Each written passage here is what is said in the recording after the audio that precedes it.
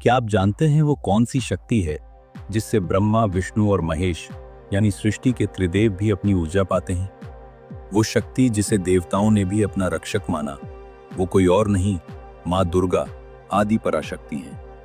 आदि शक्ति का महत्व हिंदू धर्म में एक गूढ़ सिद्धांत है। शिव बिना शक्ति शव हैं, अर्थात शक्ति के बिना शिव भी अचल और निष्क्रिय हैं। इसी तरह ब्रह्मा बिना सरस्वती और विष्णु बिना लक्ष्मी अधूरे हैं।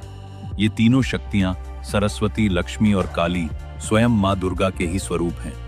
देवी महात्म्य में वर्णन आता है, जब सृष्टि का संतुलन बिगड़ता है और अंधकार हावी होता है, तब वही शक्ति अलग अलग रूप धारण करके संसार की रक्षा करती है।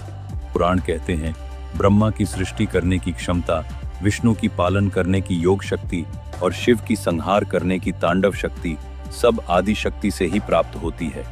देवी भागवत पुराण में कहा गया है, मैं ही ब्रह्मा, विष्णु और रुद्र का जन्म देती हूँ, मैं ही उनके कार्यों में सहायक हूँ।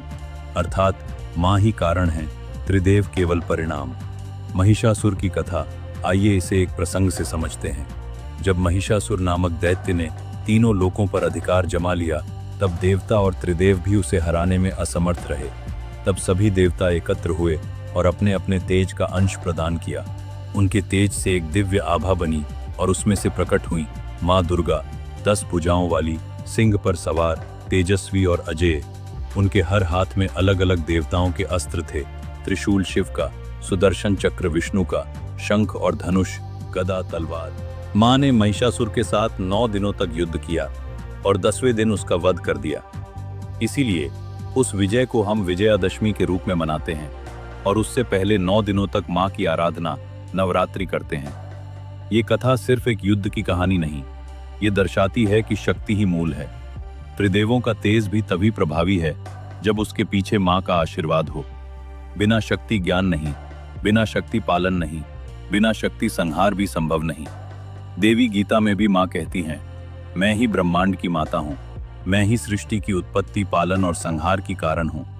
मार्कंडेय पुराण और देवी भागवत पुराण दोनों में ये वर्णित है कि ब्रह्मा, विष्णु और महेश समय आने पर माँ से ही शक्ति प्राप्त करते हैं। वो शक्ति जो समय से परे है, जो सृष्टि के आरंभ से पहले भी थी और प्रलय के बाद भी रहेगी।